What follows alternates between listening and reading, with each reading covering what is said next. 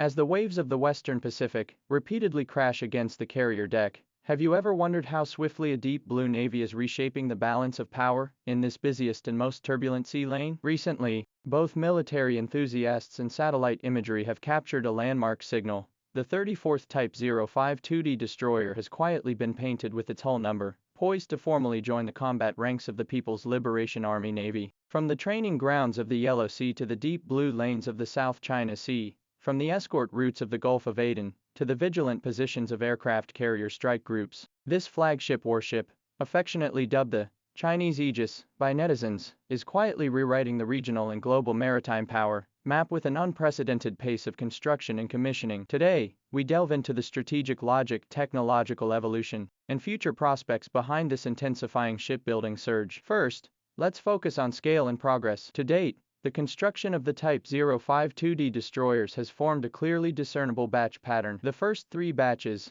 totaling 25 vessels, have all been completed and delivered to the fleet, forming the backbone of the Chinese Navy's long-range air defense capabilities. Since 2022, the construction of the 4th batch has entered a remarkable fast track. Based on comprehensive analysis of public information and online sources, vessels within the 4th batch plan are undergoing intensive launching, sea trials, and commissioning. Currently, 9 ships have completed their distinctive hull number markings, with 8 formally commissioned. The latest disclosed hull number has reached 128. More significantly, the initial construction plan is not the endpoint. Reports indicate that the Navy has added 4 to 5 vessels to the original 14-ship 4th batch order. This brings the total planned production of the Type 052D series to 43 or 44 ships, making the milestone of 50 vessels appear within reach. Such expansion speed and ultimate scale are truly staggering when viewed globally. By comparison, while the U.S. Navy's mainstay Arleigh-Burke-class destroyers number over 70 in total,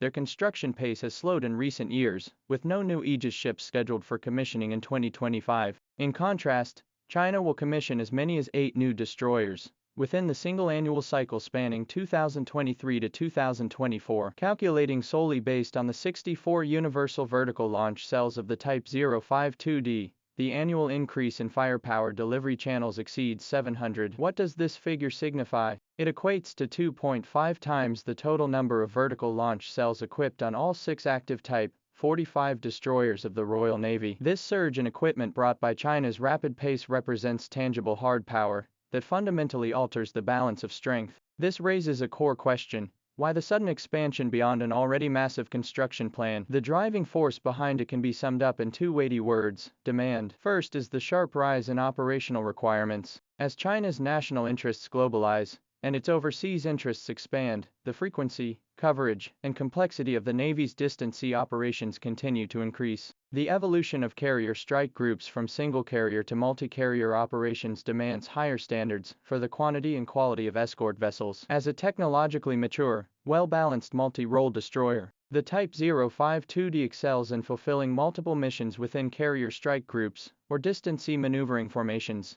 including area air defense, anti-submarine warfare, and anti-surface strike capabilities. It serves as a versatile workhorse and universal connector for building integrated maritime combat capabilities. Secondly, there is the critical transitional demand. It is widely recognized that the development of the People's Navy has progressed in incremental leaps. The research and development of the next-generation 9,000-ton class multi-purpose destroyer, potentially featuring all-electric propulsion, integrated radio frequency systems, and enhanced stealth capabilities, must adhere to scientific and objective principles, inevitably undergoing a cycle of development, testing, and finalization. During this period, to ensure combat capability remains uninterrupted and does not decline, and to avoid an equipment gap, continuing to build an advanced, mature, and supply chain ready active duty model becomes the most prudent and efficient choice. This strategy of supplementing new with old for a smooth transition has numerous successful precedents in China's defense industry development history. For instance, after the more advanced Type 054B frigate debuted, the Navy still ordered an additional 10 Type 054 frigates, which featured mature technology and reasonable costs. Similarly, while the versatile heavy fighter J-16 entered mass production, the Navy also procured a batch of J-11B fighters to maintain unit strength and combat capability. The additional procurement of the Type 052D is a continuation of this pragmatic approach, ensuring the quantitative accumulation and sustainable generation of combat capabilities for the Navy's surface combatant forces before achieving a qualitative leap. Of course, this expansion is not a simple copy-paste exercise. The fourth batch and subsequent 052Ds, often referred to externally as the 052D Improved or 052DM, feature significant upgrades in key technological areas, elevating their combat capabilities. The most notable advancement lies in the evolution of the radar system. The new phased array radar has been specifically optimized for detection accuracy,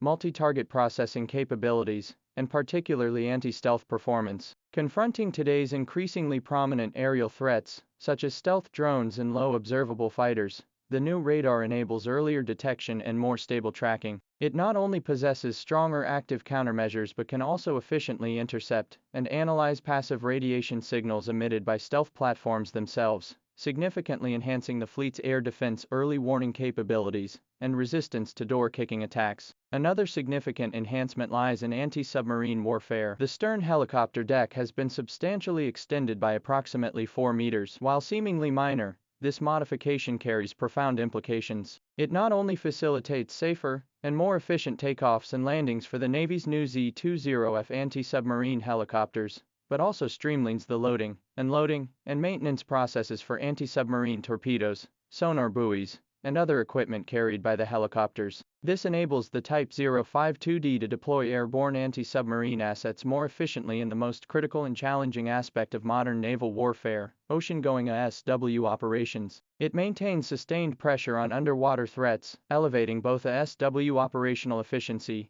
and endurance to a new level. Thus, this decade-long Aegis destroyer construction surge represents far more than mere quantitative expansion. It represents a meticulously calculated strategic operation, driven by operational requirements, propelled by technological advancement, and underpinned by industrial capability. Each newly painted Type 052D destroyer leaving the shipyard does more than add another combat unit to the fleet. It lays another cornerstone for the Chinese Navy's journey into the deep blue, adding a significant counterweight to the balance of power in the Western Pacific and beyond. It signifies that the Chinese Navy, in its historic transition from nearshore defense to far-sea protection, now possesses increasingly robust and reliable equipment support. So, returning to our initial question, what profound impact do you believe this unprecedented expansion of the Type 052D destroyer fleet will have on the regional maritime power landscape? Is this an inevitable path where scale accumulation ultimately triggers a qualitative leap in capability? Or is it the natural outcome of core technological breakthroughs, driving a comprehensive surge in production capacity?